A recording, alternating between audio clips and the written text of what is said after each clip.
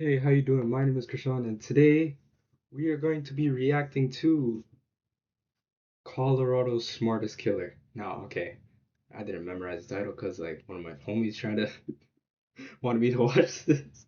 So yeah, and it's an hour long, so I'm gonna quit the talking and I'm gonna watch it right now. Got my McDonald's mango smoothie. Yeah, I kind of drank half of it because I was thirsty, but let's get it, guys. Colorado's Smartest Killer. This is the mother of 43-year-old Crystal Krug. In a few seconds, she's going to find Crystal's lifeless body inside this very garage. Shit. Hello? That's, that's fucked. Poor lady, man. And this is That's the Daniel guy. Krug, the man who killed her. He's heading in for another normal workday, just minutes after leaving his wife's lifeless body hidden in the garage of their own home. Oh shit. Holy fuck. Never For really the watched last these 4 months, this man has been Crime engineering Watch the most type of calculated videos. homicide Never plot really interested Colorado me, has but ever seen, creating see. fake identities, manipulating Most people don't Crystal's like watching children, them and because like they're setting up really the perfect really scapegoat bad. to take the blame. He believes his plan is bulletproof, that police will spend weeks chasing a ghost and eventually arrest someone else for the murder he committed. And despite nearly perfect detective work, his plan works exactly the way he intended. My husband said there was a dude who's been stalking her and threatened to kidnap her. Oh my god, this can't be true. I was the person who attacked her. Ow.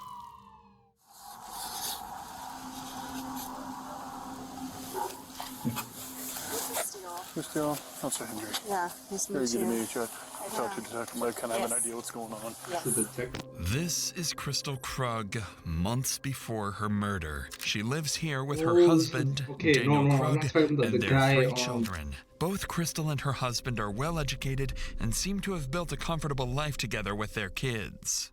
But behind victim closed and then who's doors, the guy something reporting? dark is happening that will destroy this beautiful family. All because Crystal's been dealing with a stalker obsessed with her, sending her constant threats and claiming to watch her every move. Could be the This detective. officer is here to check her car for Oh, the GPS officer. trackers or anything that could explain how this stalker keeps finding her. In reality, the stalker is much closer than anyone could have imagined. You can see like it's only the dirty segments and blood marks, but like my street looks like this all the time. There's no one out there. Like I know the normal cars. Yeah. So I don't know where he's following from. I Okay. can only assume a tracker. Nothing jumps out at me. I know, me either. I'm hoping it's just meant to mess with me. The officer continues searching the vehicle top to bottom, but finds nothing suspicious. So before leaving, he offers Crystal a few safety recommendations and reassures her that they'll keep looking into her case. But safety recommendation. Not long in the course of the So she investigation, passed away. Broomfield police receive God another bless her. call. This time from Crystal's bless her husband, family. Daniel, reporting a break-in at his home. An officer is dispatched to check things out. Unknowingly, this encounter will be the start of one of the most calculated murders the United States has ever seen.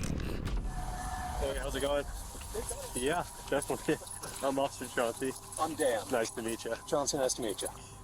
So as I pulled in, I saw someone run out, jump over my gate, Okay. and take off that way. Got it. I didn't think to call you until my wife got home recently, and we realized the spare key that we keep in the garage isn't there. Okay. According to Daniel, the only thing that's gone is their Mhm. spare house key. If someone stole that, it means they aren't done and might have plans to come back at some point. The officer advises Daniel to change their locks immediately while police look into who this intruder might be. What no one realizes tonight is that this is no random incident. It's the opening move in a plan that's been forming for months. And this break-in is just step one. 9 days after Daniel reports the break-in, his wife Crystal wakes up to another uneasy morning. For weeks now, she's been receiving strange anonymous messages and a growing sense that someone out there has an eye on her. Until now, none of it had a name attached, but a faceless presence that kept getting closer. But today, that changes. As Crystal gets the kids ready for school, makes her morning coffee, and heads out for work, her phone buzzes. She glances at the screen and sees a name she hasn't thought about in more than 20 years. Jack Anthony Holland, a man she dated briefly as a teenager. The message is short, crude, completely out of nowhere. Hi, Crystal. It's Anthony. Hope it's okay I looked you up. I go to Boulder every few weeks and thought we could hook up. You game? At first, she didn't think much of it. The two last spoke years ago, and even then, he was harmless. So she ignores it and moves on. But the next day, everything changes. Are you there? You should say yes when I offer pity.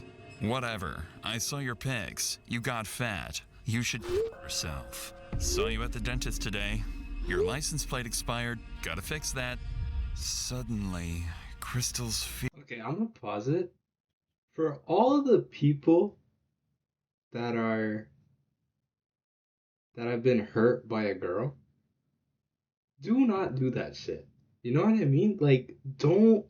That just ruins yourself. You know what I mean? Like, oh my, bro. Like, don't be down bad and go back to talking to someone that disrespect, or I don't know how they ended, but if you're a guy out there and the girl has hurt you, do not go back. Like, please, do not go back. Like, I would get more into detail, but fear becomes reality, and she begins living with the terrifying possibility that she's being watched. And now, she's certain Anthony is the one who's been harassing her for weeks. She becomes hypervigilant, installs cameras around the home, dash cams in her car, and starts carrying a concealed handgun everywhere she goes. By late October, Crystal's barely sleeping. She keeps a spreadsheet of her stalker log, documenting every message she gets. Then, almost a month later, a new email from Anthony confirms her worst fears. This your husband? Drives like slow old lady. He needs to drive safe. The email comes with an attached photo showing her husband Daniel at his workplace. Now the stalker isn't just targeting Crystal. He's coming after her family. Crystal realizes she can't handle this alone, so she hires a private investigator to track down Anthony's addresses and digital history. Then, on Halloween night, she calls the police. So, how can I help you tonight? What's going on?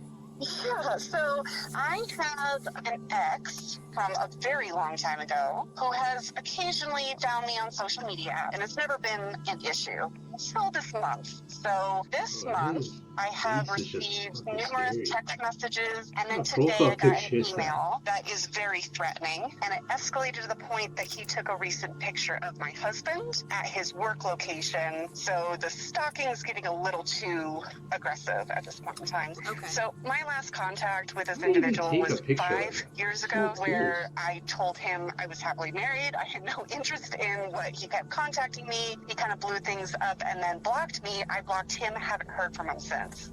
After explaining everything to the officer, she documents each detail and forwards the case to the department's investigative unit. Within hours, the file lands on the desk of Detective Andrew Martinez, a seasoned investigator who's worked some of Broomfield's toughest cases, including abductions and violent crimes. Martinez schedules a formal meeting with Crystal for the following week, hoping to get a clearer picture of what exactly is happening and who this Anthony really is. When she sits down with Martinez, the situation has already escalated far beyond what Crystal first reported. So, I mean, like, he saw, like, full pictures of my family, of my kids. The only reason I'm saying this is because, like, real fast, I know, after this, because it was pretty alarming. Like, some right? people Where get he's like, crazy well, over let's be together, relationships. and my family loves that we're talking. I'm like, whoa, you think that we're, like, in a relationship? So I shut it down real hard. I said, this is really creepy for me. You need to stop. And he got, like, real emotional, and then blocked me. I'm like, good. And I blocked him, and I'm like, and then I shut down Facebook entirely. The one development that I have, I did get the full-blown report from the PI problem, and you'll see this in this report. There are tons of phone numbers associated with him. There are tons of addresses. He moves everywhere and between like 3 different states. As Crystal walks the detective through her evidence, 2 details immediately stand out. First, her stalker isn't just texting her from random numbers. He's using multiple phone lines and different digital identities, finding ways to reach her even after she changes her information. Whoever this is, they're persistent, resourceful, and frighteningly determined. Second, her ex-boyfriend, Anthony Holland, is tied to several addresses and multiple phone numbers. Whether it's instability or an attempt to stay off the grid, it convinces Martinez that Crystal is dealing with someone who either doesn't want to be found or someone who's planning something far worse. With all of this in mind, Martinez wraps the interview with Crystal and begins the digital side of the investigation. He sends warrants to service providers, requesting phone records, email logs, and account information to track down the stalker. Unfortunately for Martinez, these companies will make a mistake that will soon prove deadly. While waiting for the digital evidence to come back, Martinez decides to follow up on something else. The garage break-in Daniel reported back in September when a stranger supposedly stole their spare house key. He brings Daniel in for a formal interview, wanting to know whether he's noticed anyone following him, but instead of clarifying things, Martinez is about to learn something far more unsettling about the Krug household. But before we get to that, 2025 is almost over, and we're falling into the same trap again, waiting for January 1st to start something new or learn a new skill. But here's the truth. You don't need a new year to make a new start. Let me tell you about the 2-day live AI Mastermind training by Outskill, happening this Saturday and Sunday, 10 a.m. to 7 p.m. EST on both days. And the timing is perfect because they have their year-end $5 directly to simplify your daily use AI systems for businesses. That roadmap tours now via the link in the description. With that said, let's get back to Daniel's interview, where the detective is about to learn something troubling about the couple's marriage. And I guess at what point did she tell you that he recontacted her this last time? It was either November 1st or November 2nd. It was after she had gotten a picture of me at work that she brought me up to speed on that. Gotcha, okay. And the first contact that he initially made with her was back on October 2nd. I guess why that month gap, do you think, before she told you? I'm sure she has mentioned to you that something like this happening. she and I are going through a rough patch Doesn't happen. on the rocks. All my audience watches So that. probably didn't seem that pressing until it was. Sure. And she didn't mention that to me, that you guys were having a rough time currently. Are you guys in the process of separating, getting divorced, or working through things? To be determined. My brother Matthew is a cop, so I have a retractable asp steel baton. Yeah. As I said, not right now, but otherwise, it's on me all the time. I sleep with it next to me. I've bought some additional security cameras You have a for the gun, house.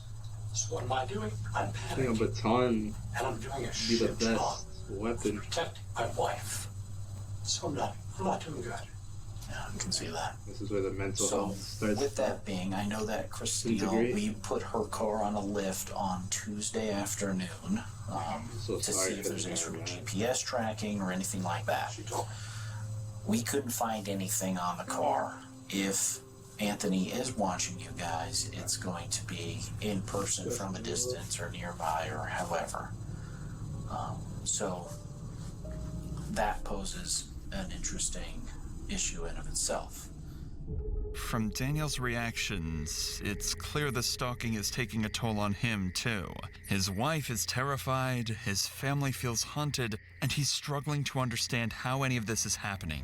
Detective Martinez wraps up the interview, but something Daniel said lingers in the back of his mind. He revealed that he didn't know about the stalking for almost a month, not until Crystal finally showed him the email with the photo taken outside his workplace. So Martinez decides to look deeper into the family dynamic, and what he finds is Not concerning. He looks so close. He learns that the couple have been going through a rough patch recently. Nothing hostile or dangerous, but they were trying to work things out, doing what they believed was best for their kids and holding their family together the best they could.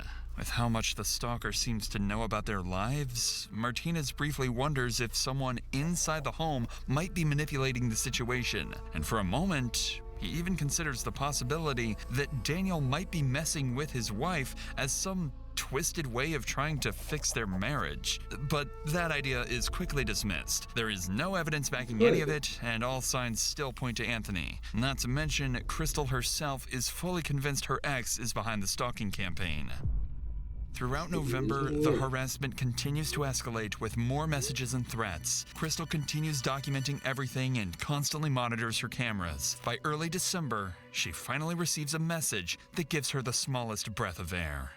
Hey, gorgeous. I can't visit you anymore. No more Colorado time. My girlfriend doesn't want us talking without her. She says you'll let the cops get me after you get rid of him. For the first time in weeks, Crystal and her family feel a brief sense of relief. It sounds like Anthony is backing off, maybe even leaving the state. But in reality, this is just the stalker's final move to make them drop their guard before he strikes.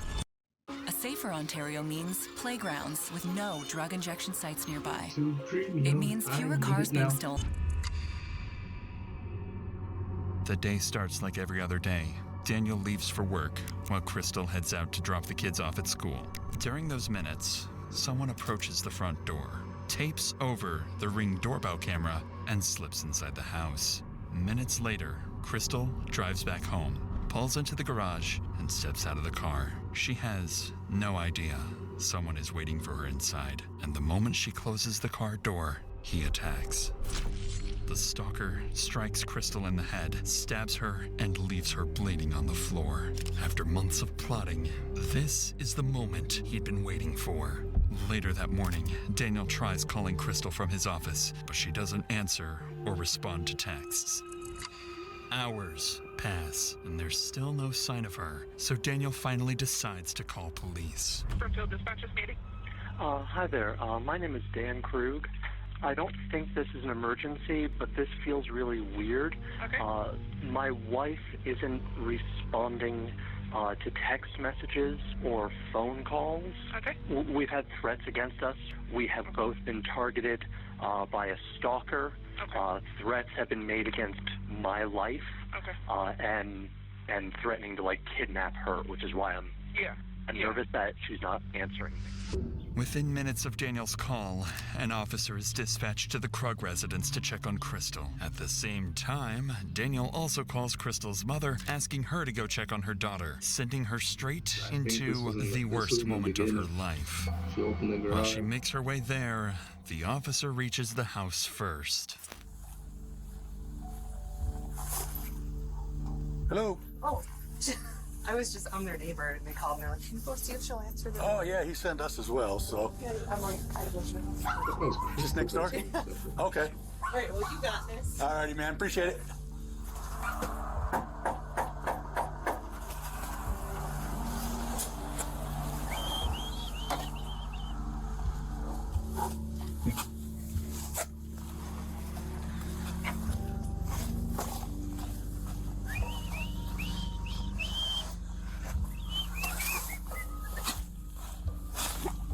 The house looks quiet, and the officer doesn't notice anything wrong from the outside. But before he clears the call and drives off, something nags at him. So he brings his patrol car a little closer to check the garage, where he's about to uncover a tragic, horrifying sight.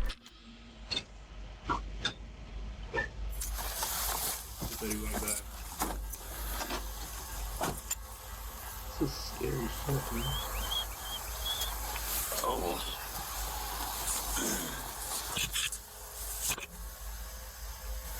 See something? As the officer leans in for a closer look, he spots a body lying on the floor, motionless, with blood smeared across the wall.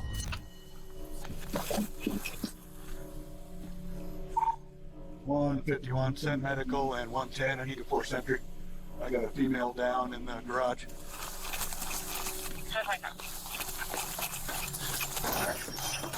Brookfield Police! Brookfield Police! Oh, shit.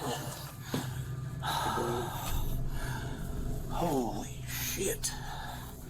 The officer steps into the garage to find Crystal with what looks like a severe head injury, so he immediately begins performing CPR, working on her for several moments with no success before opening the garage door to give medics access. But instead of paramedics, someone else soon arrives. Garage is open now.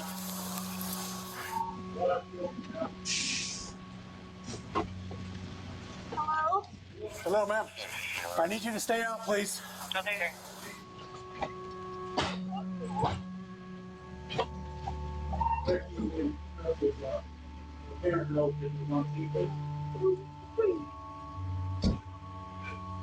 Tragically, as the garage door is lifted to get medics in, Crystal's mother catches a brief glimpse inside, just long enough to see an officer performing CPR on her daughter.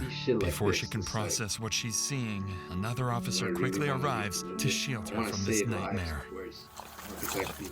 Bam! I need you to come over here for a minute, okay, so we can work. I understand. I need you to come on over here, okay? Okay. I know. Do me a favor, go and sit inside so we can work on her, okay? So we can try to get her the help, okay? What's your name? Linda. Linda? Yeah. Okay. My name's Officer Zamora, okay? I'll come out here and I'll give you some news as soon as I can. Please tell me she's okay. I have no idea just yet, but I know that they're working on her. The officer in there has been working CPR on her, and I think she's doing okay, My okay? husband called. He did. He's the one that called us and let us know, okay? Go ahead, take a seat for a minute. I'll be right back here, okay? I need to tag out, man. She's got a head wound. I don't know if it's from falling or something else, but probably falling, but I don't know, man. It's a good one. Husband said there was a stalker threatening to kidnap her, so I don't know. No, she's unresponsive. Decent head wound. Where we have more room at patient.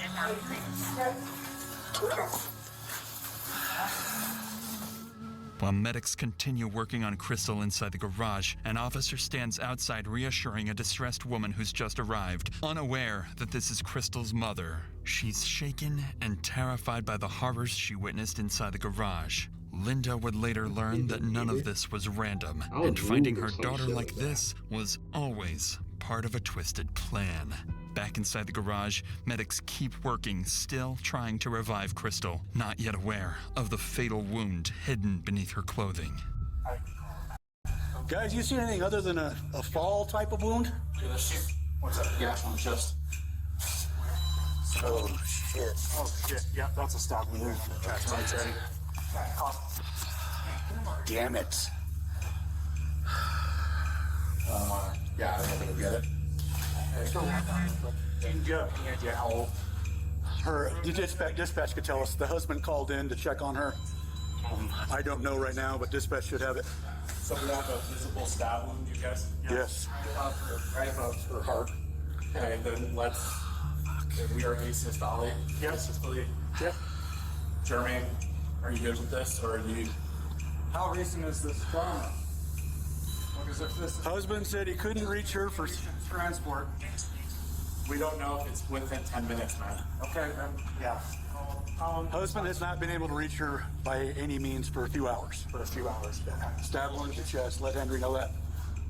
Medics work for only a few minutes before realizing there's nothing more they can do. Beside Crystal's body, tucked inside her purse, the officer notices a handgun she never even had time to reach for. With the immediate area secure, officers spread out throughout the house, searching every room for the attacker, but no one is inside. And as officers step outside the home, they start noticing small details that don't line up with an impulsive crime.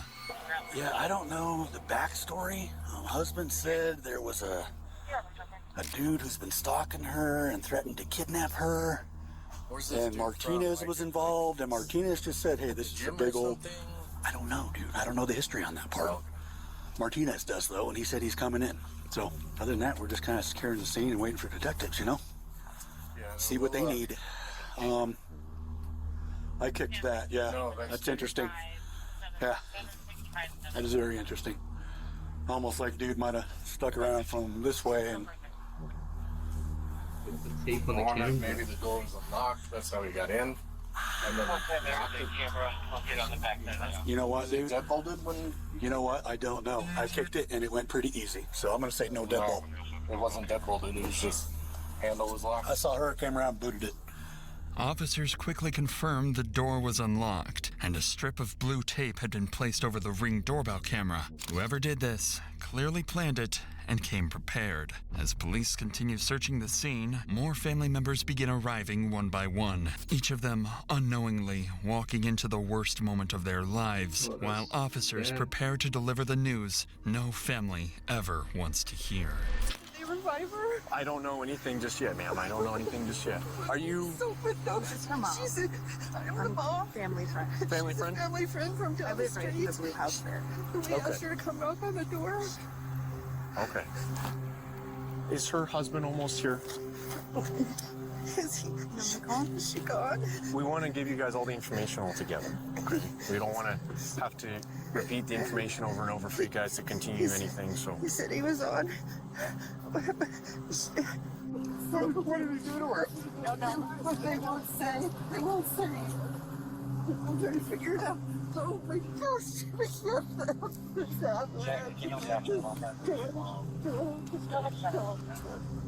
Who's in charge of the doctor? We'd like to know what happened. Absolutely. And as soon as someone frees up who can tell you, I'll send them your way, okay? Our son's on his way. Is this your daughter, sir, or your daughter-in-law? Those are my daughters. This is your daughter, and so her brother's on his way.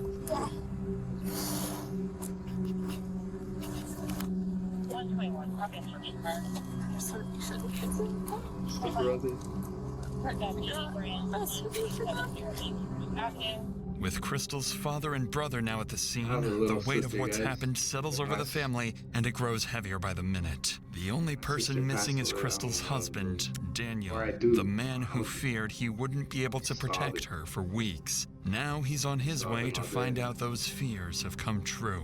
As they wait for him, detectives arrive at the scene and begin coordinating their next steps to hunt down whoever did this. Little do they know, the killer they're looking for is still in the area, much closer than they think.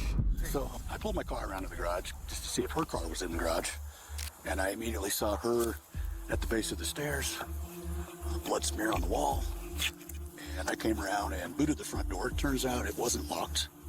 There's also a piece of masking tape over the Ring camera, almost like somebody approached from the side and taped it. And then maybe she opened the door for somebody. First thing I noticed was an obvious head wound.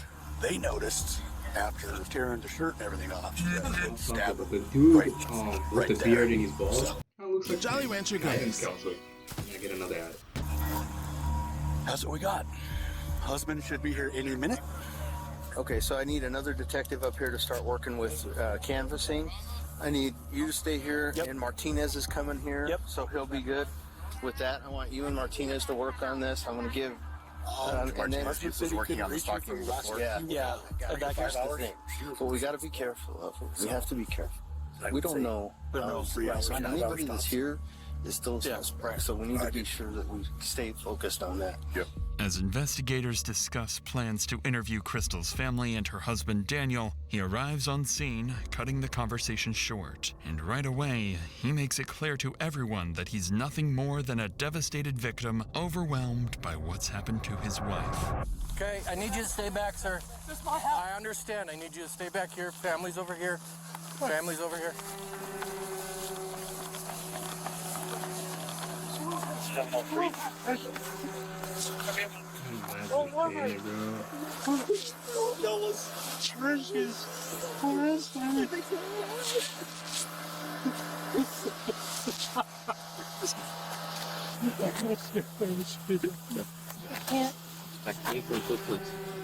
And then some questions right now. Fortunately, we don't have a lot of answers for you. But I know what you want to do right now. You can have another. Together, so we should get you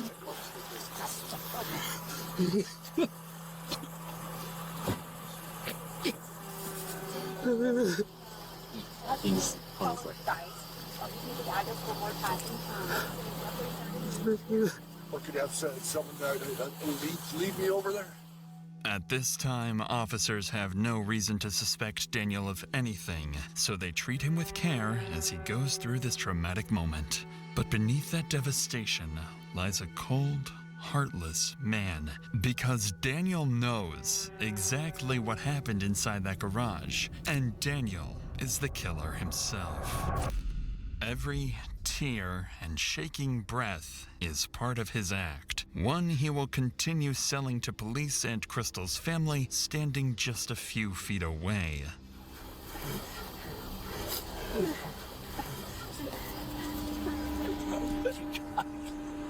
I didn't protect her. I was the person who protected her. Let them know about Laura, and they're going to talk to her. They're not going to say, nobody says anything. They're just going to tell her that we're not going to tell the kids. We don't tell. This is a family matter. We're just going to figure out a reunification. I didn't protect her. Just make sure that transportation. You. As this tragedy unfolds, Crystal's mother embraces Daniel, trying to comfort him, having no idea the man she's holding is the one who murdered her daughter. Unfortunately for officers, the hardest part of the job still isn't over. As the family grieves outside the home, a detective is sent to the school to pick up Crystal's children, who still have no idea what happened to their mother. When the detective finds Crystal's eldest daughter, she's already shaken. She's been watching the live camera feed on her phone and saw enough to know something terrible happened. But what she tells the detective next is what truly alarms her. Her mother's stalker has been hinting at something far darker recently, and he might have deadly plans for the rest of the family. My phone notified me of my house cameras going off. There was police at my house and an ambulance, and there was a stretcher. I couldn't bring myself to see who was on the stretcher, so I call my mom and dad. My dad picks up and he's crying. They're probably about 7 minutes away, okay? I'm not gonna lie, something happened, okay? That's why you're here, okay? You know what's going on? I do, but I can't. I'm not gonna tell you, okay? Because we're still actively investigating what's going on out there. So I don't want to give you wrong information. That's the last thing I want to do, okay? You can, like, what has been going on at home? I have to tell them what happened.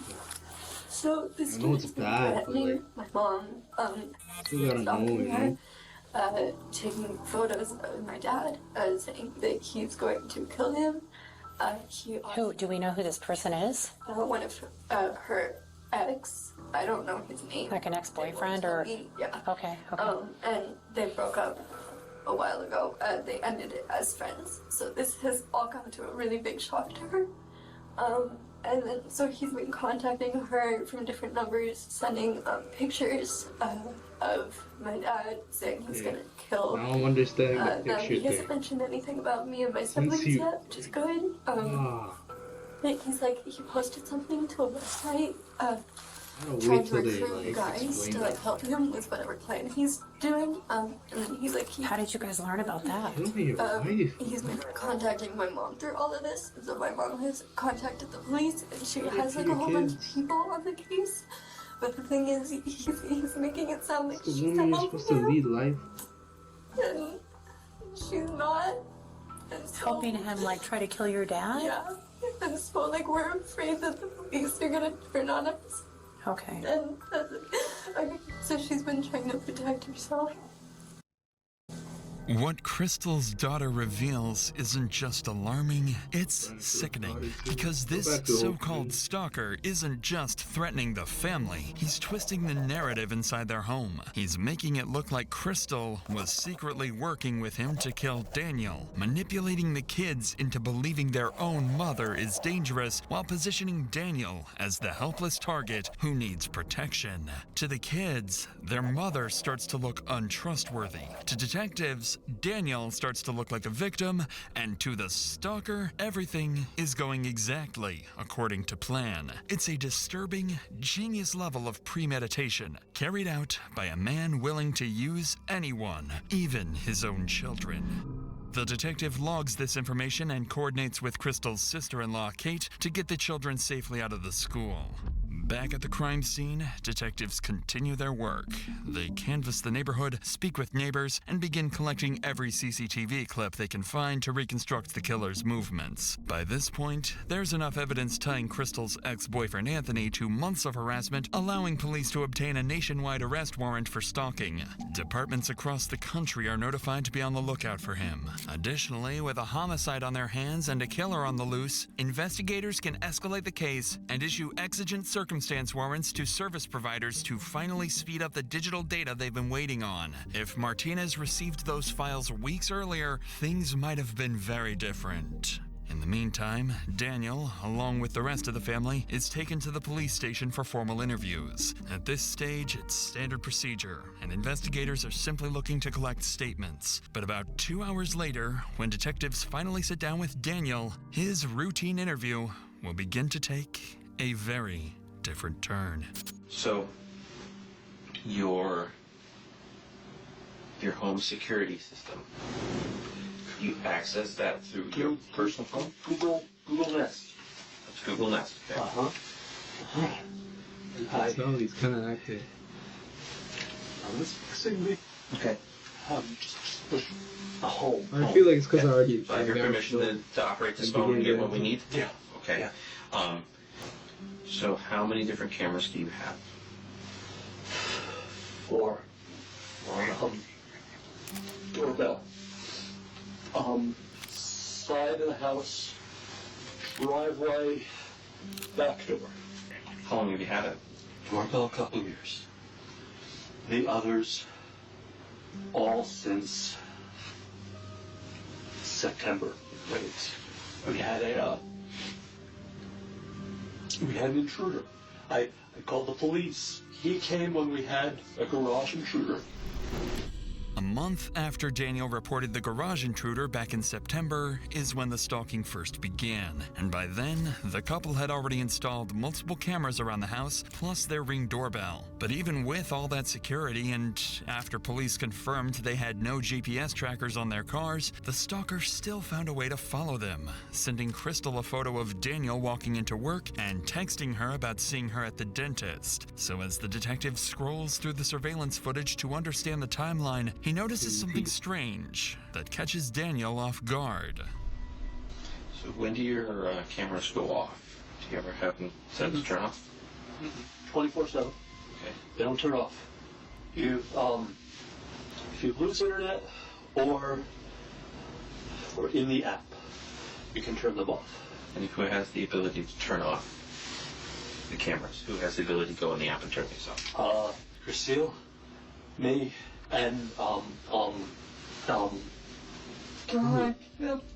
It's all right. It's all right, Dan. Home shows all 4. Oh, and perfect. Home. I can settings. Okay.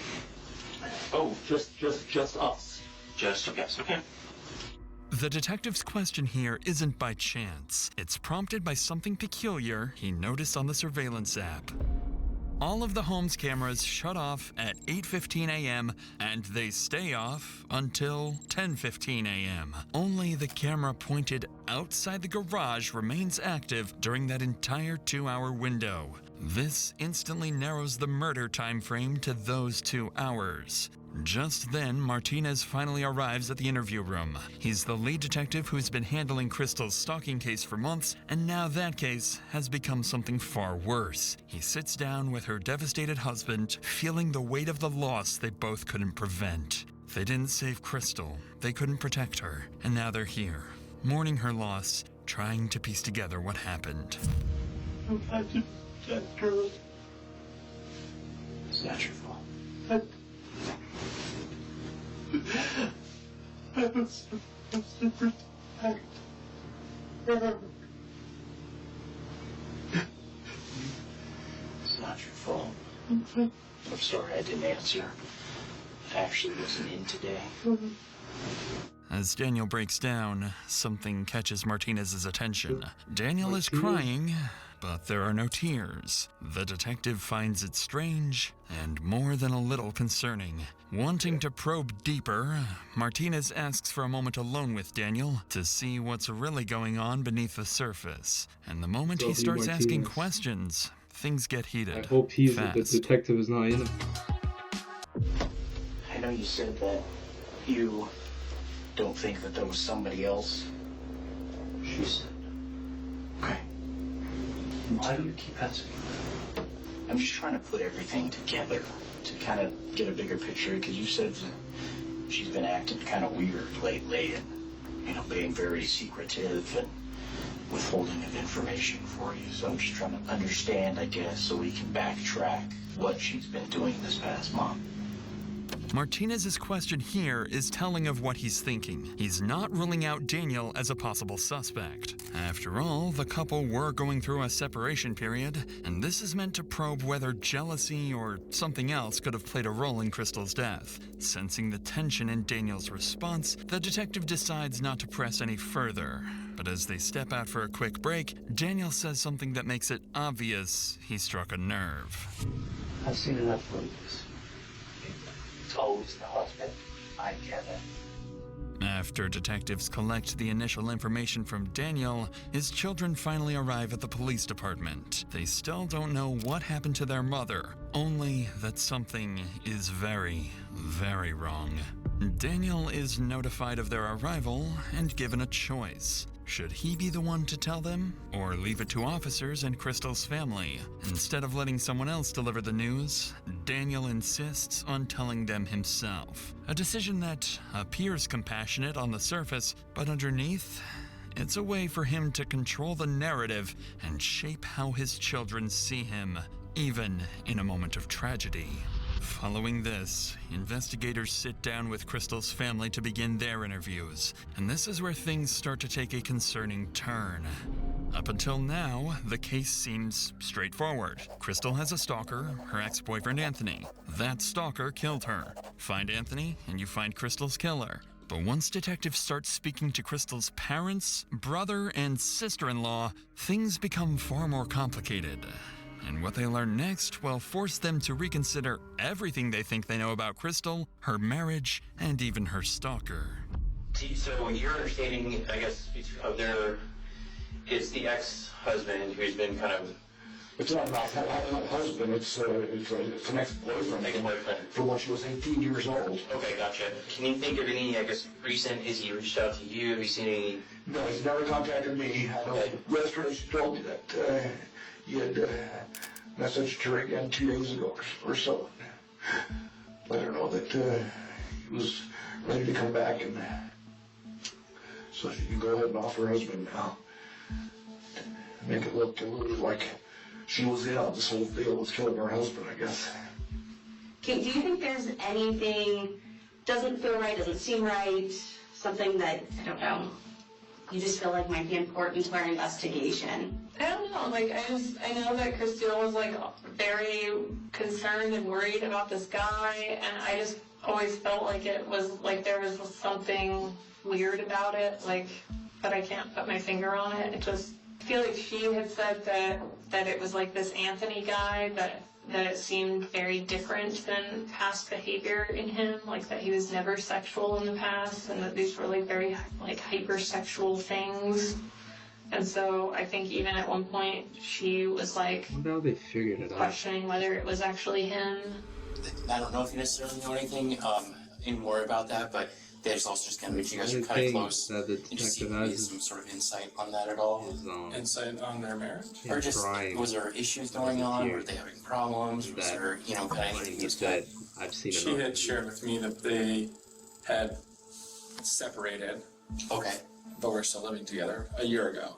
And I had asked her if she, over text, if she had, if she believed that it was Anthony. But she didn't believe, at the time that I was asking her, that there was anybody but Anthony. She was fully convinced that it was Anthony. Okay. My mom has always been, like, suspicious, and I just, like, don't know where that comes from. Okay. Can you elaborate on that? Like, suspicious how, or... My mom? Yeah. Suspicious? I don't know, because she...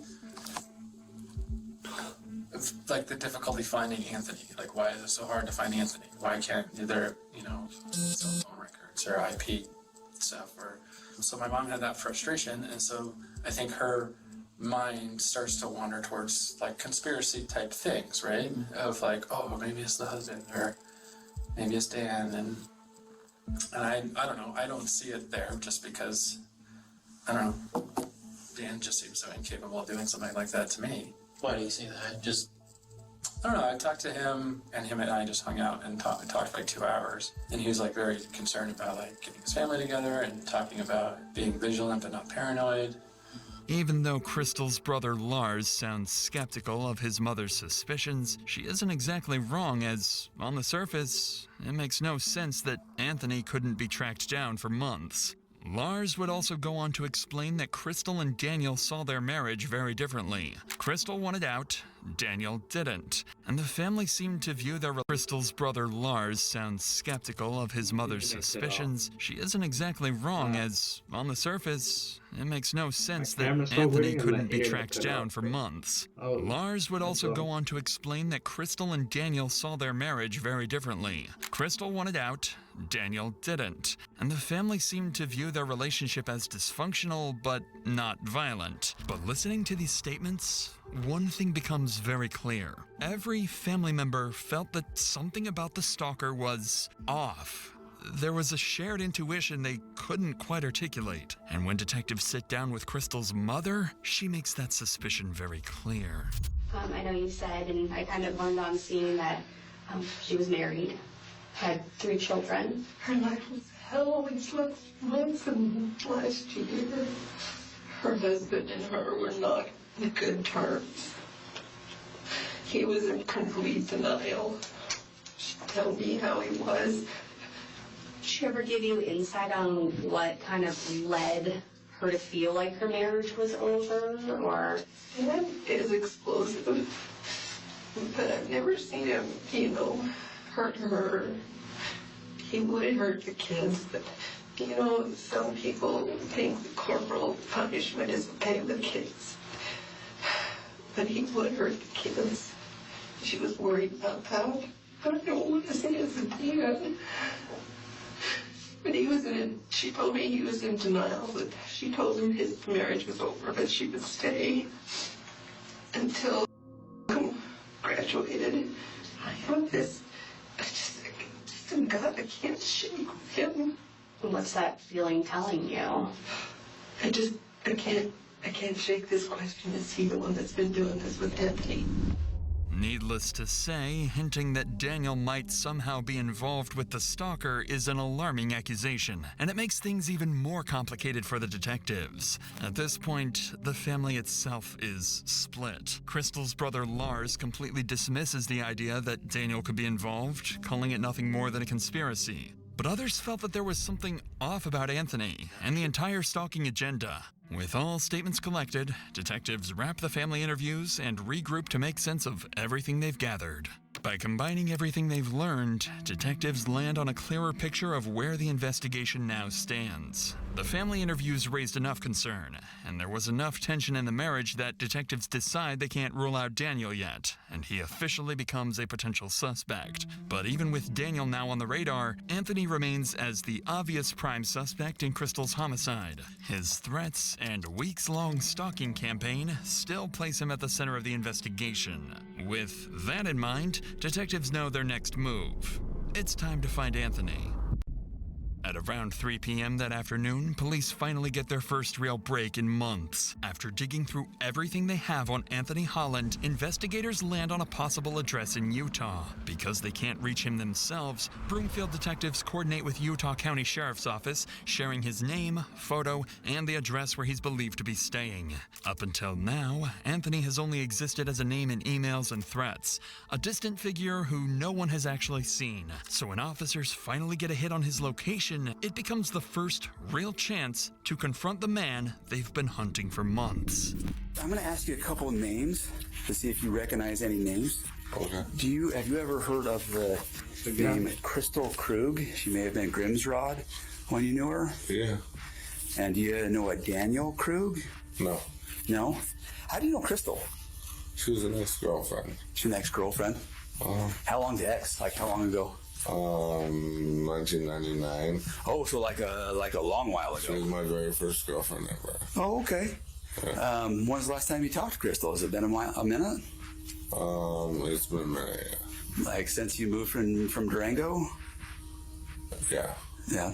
So that would have been what, back in 2014? This guy was innocent? Yeah. Have you had any contact with anybody in that area since? Anybody, or have they contacted you at any time? No. I'm going to give you a phone number, and it's to a sergeant with the Broomfield Police Department. Okay. He would like you to reach out and talk to him. All right. They have an incident. I don't know the full details of their incident out there, and so I'll let him talk to you about that aspect. He had asked us to come out here to your house and talk with you. They were debating on, you do have an active warrant out of Broomfield Police Department, and they were debating on if they were going to have us arrest you or not. They are not going to have us arrest you on it.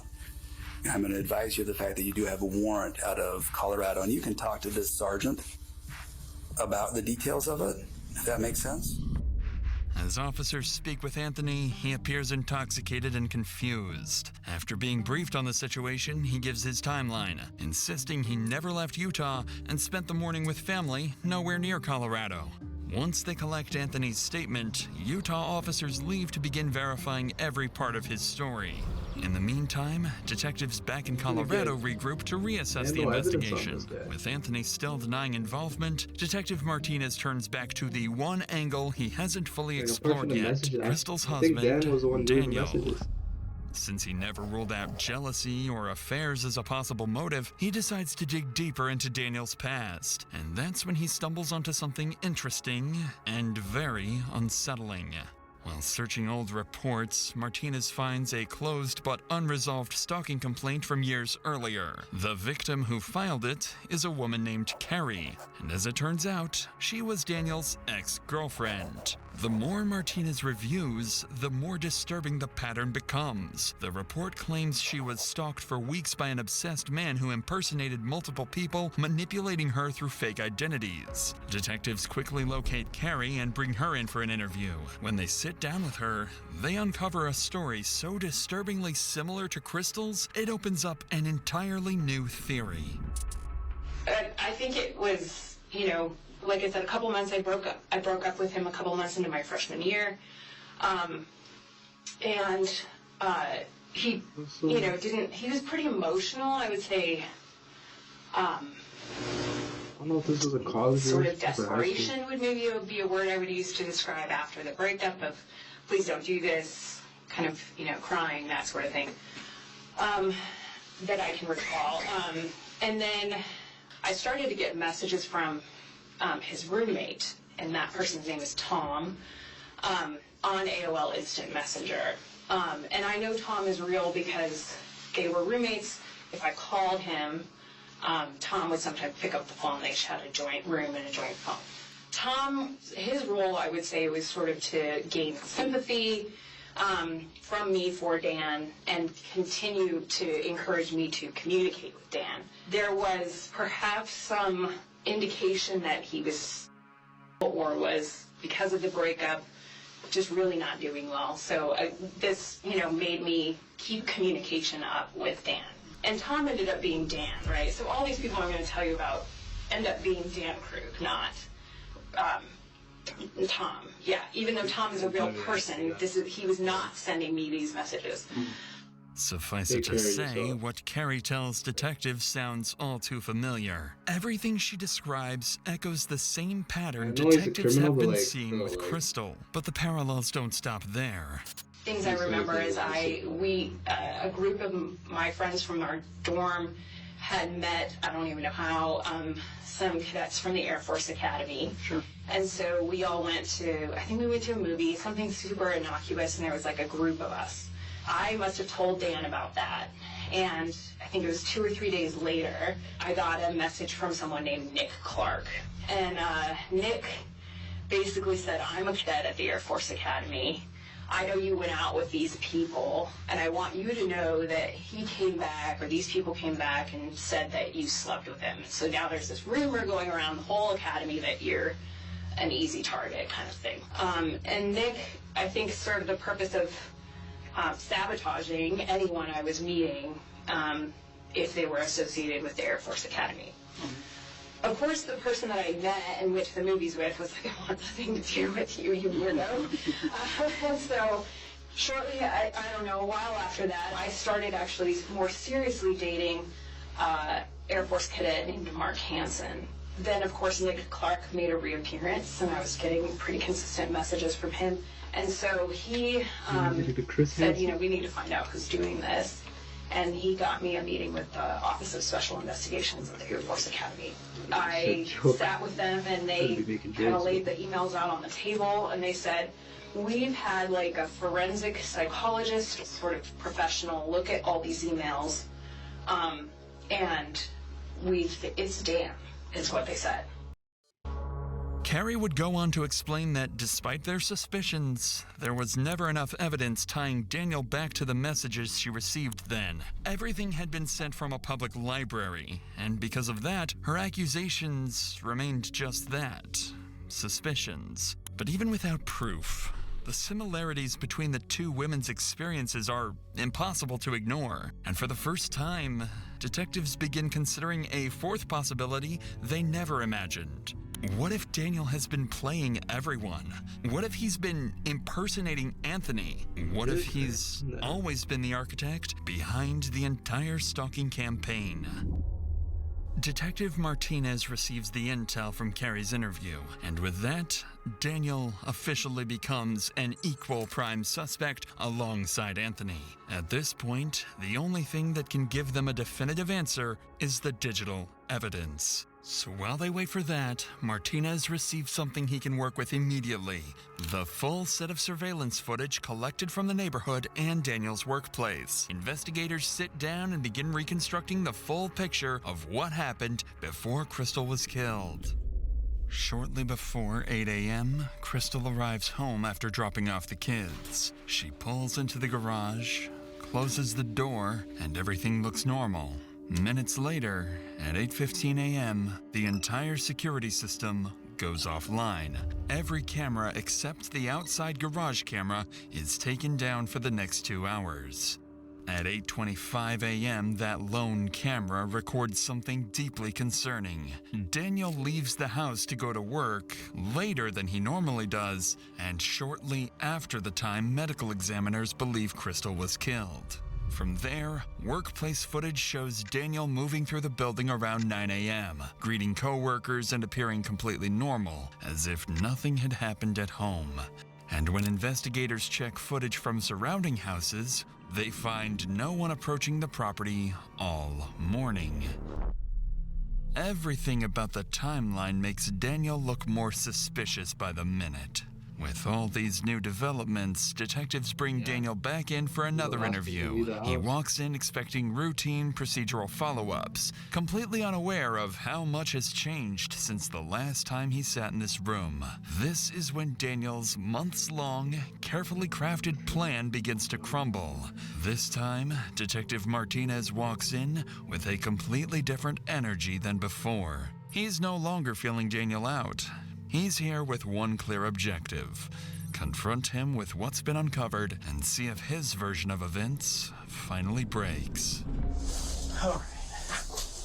How you feeling right now? Just kind of about everything. No. No.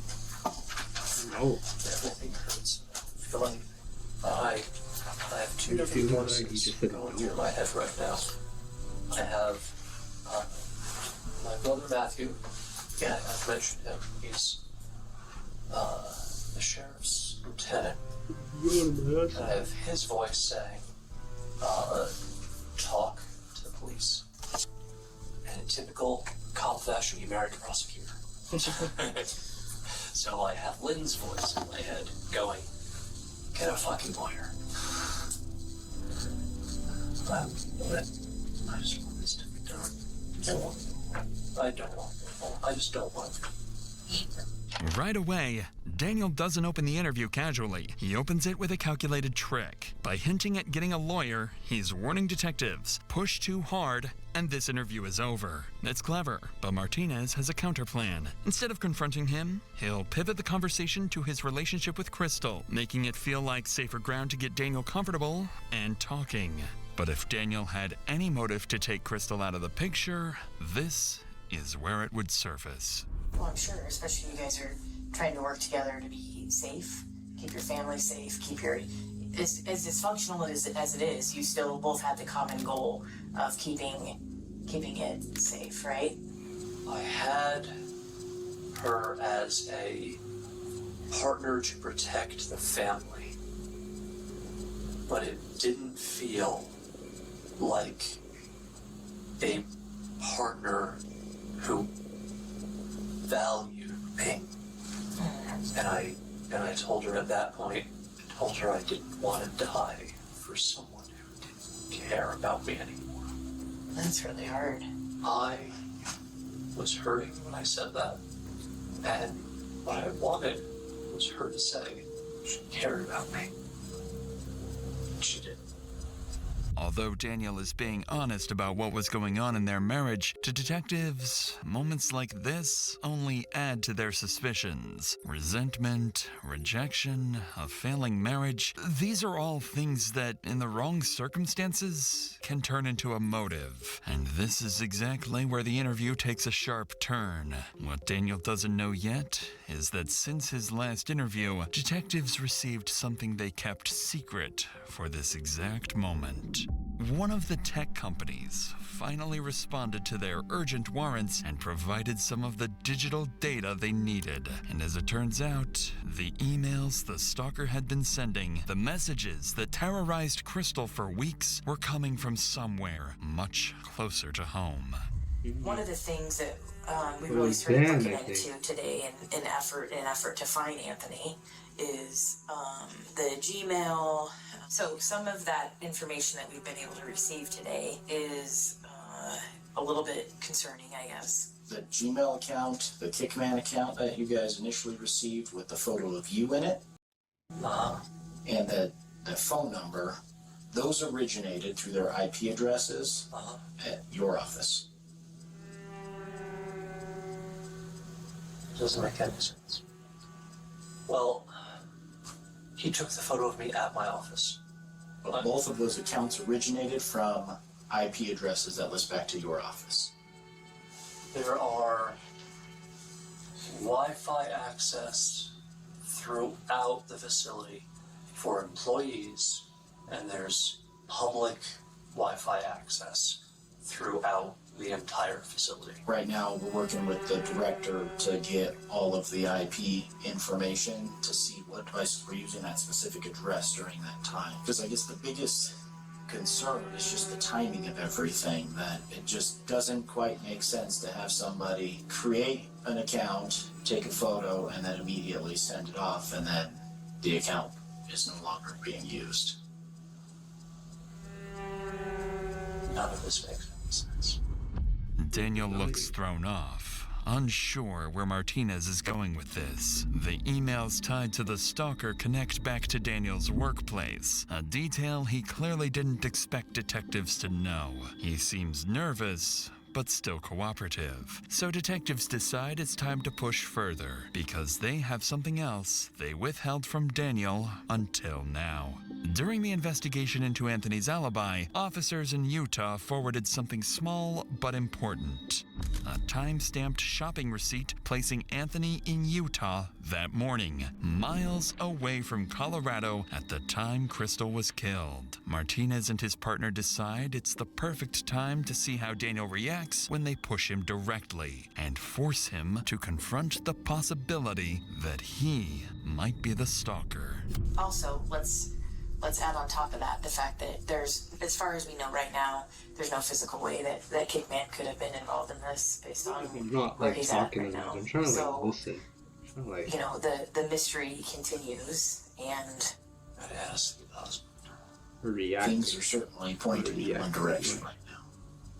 well, and you've given us reason. Here's the other thing, Daniel, is I sympathize with the fact that you're in an extremely frustrating situation. I know you want to be a part of your kids' lives, but you can also sense that's why we're asking all these questions about infidelity and everything else. Is there some other mystery man that we don't know about? I have been faithful. Period. You know Anthony has reached out to her in the past, number of times. She's very open. Right. The last time was 2016-ish. He had asked her at one point if she wanted to have sex. If there's any bit of question about infidelity, whether it's with Anthony or anybody else, we might create an account to see if Christine's actually interested in Anthony. So we ask her, push the bounds a little bit, and see if that will confirm our suspicions of infidelity. You don't get the response and the openness you once did for about 28 days, from October 2nd to October 31st. So you amp it up a little bit, send a photo of yourself to her, and an account you created.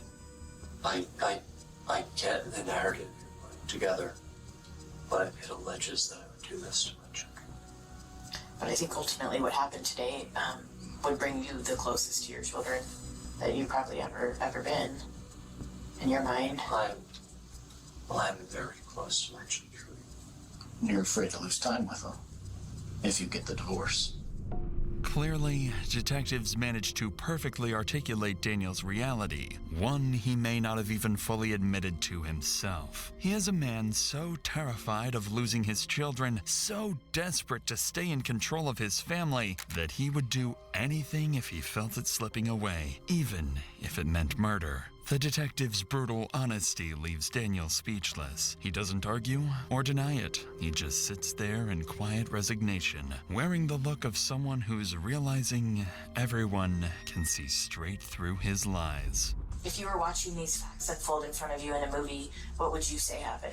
There has to be someone else that was able to turn off the cameras, that was able to use your IP address from your work to create accounts, to send messages and photos, to act as a stalking suspect. I don't know, I'm not the one who does this. I'm analytical at work, and I read and write fiction at home. I don't do... Looking for the ultimate destination for fun? Well, look no further. Bolero is the perfect... I don't do crime drama. I don't know what any of this is. Kickman is 6.5-hour drive. And then, in fact, he was contacted in his house, severely intoxicated. There's no way he could have made that drive. All this time that we've been looking for him, for the protection order, and you just found him today, like that. They've been chasing the wrong dog. It sounds like you're accusing me. We have a lot of information that points your direction, and we were hoping that you could provide explanation other than it wasn't me. I don't have a narrative or a story that I can offer you, because I thought we were on the same side. What would you think, or what would you say if we told you that other people you talked to that are close to your wife expressed that she had maybe told them that she suspected you of having... She said that right to my face, that she wanted to know if it was me. And I told her no. But I think there's more to the story. Like, I don't know, it just doesn't, it's not adding up. I'd like to know what happened this morning. I'd like to know me too. What caused you to get so upset to hurt your wife, because I believe that's what happened. Well, I want to know what happened to her. We haven't been there to know, and there's only one person in this room that can tell us. I think you got confirmation or found out that she had a boyfriend this morning, or something happened that pissed you off, and you did something that you regret now because you can't go back. I've answered all of your questions that I can. You have your theory. Please find the right one. We're done. As calm as he's been this entire interview, Daniel finally decides he's had enough and drops the act. His story has crumbled. Detectives see straight through his lies, and he knows it. With nothing left to cling to, Daniel quietly asks for an attorney and the interview comes to an end. Even though he continues insisting he's innocent, there's one detail Daniel admits on his own. One no one even knew about until now. Crystal herself confronted him about being the stalker. Hearing that from Daniel's own mouth hits Martinez hard, because to him, that sounds like the kind of confrontation that could have pushed everything over the edge. But without hard proof, detectives can't yet say Daniel is truly responsible. So with the interview over, Daniel is processed for physical evidence and escorted out of the police station. But before he leaves, he turns back and tells detectives one final thing. I won't lose time to do this.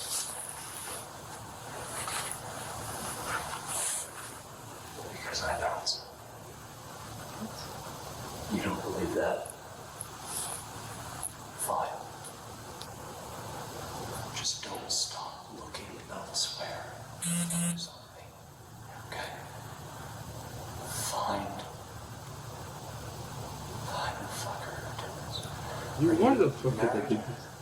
With kids, divorce. Right on you. I don't care if you capture him. I just want the fucker to pay. He took my children's mother for Christmas. Over the next 2 days, the case becomes the department's top priority. Every available officer is working on it, and this is when the investigation finally begins to break wide open. Officers in Utah finally finish verifying Anthony's alibi. They find surveillance footage showing him in Utah at the time of Crystal's murder, and there are no travel records or license plate pings placing him anywhere near Colorado. Then, the last of the digital evidence arrives, and this time, it's overwhelming. The burner phones used to send the threatening messages to Crystal were purchased with a Visa gift card registered under Daniel Krug's name, and cell tower records show those burner phones were always in the same location as Daniel's personal phone, meaning he was carrying both devices at the same time. And then comes the final blow. Detectives uncovered Daniel's Google searches from the night before the murder. How hard would you have to hit someone in the head to make them unconscious? When is a head injury a cause for concern? Piece by piece, the picture comes together. There's no Anthony, there's no mysterious stalker. It's always been just Daniel. Detectives now understand exactly what happened. Daniel created the entire stalking persona in a twisted attempt to regain control of his failing marriage. And when Crystal began to suspect the truth, Daniel killed her to cover it up. On December 16th, an arrest warrant is issued for Daniel Krug. Officers are dispatched immediately, finding him on his way to his daughter's dance performance. As patrol units close in, Daniel's movements strike them as suspicious. He appears to be heading back towards his car, and officers believe he may be trying to get away. Get this. This is a detective. Get him out. Go. On the island. Just get right. All right, we're coming up in front. Just get up and bump the back. No, fuck. Go. Just go. Go.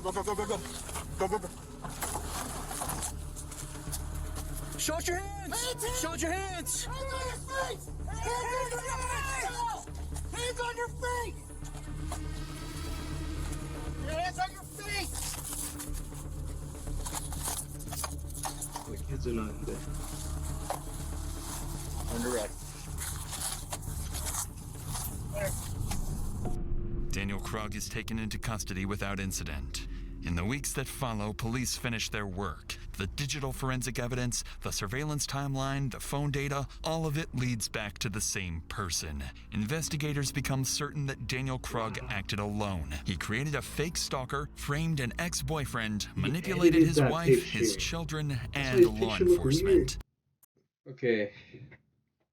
That was the video.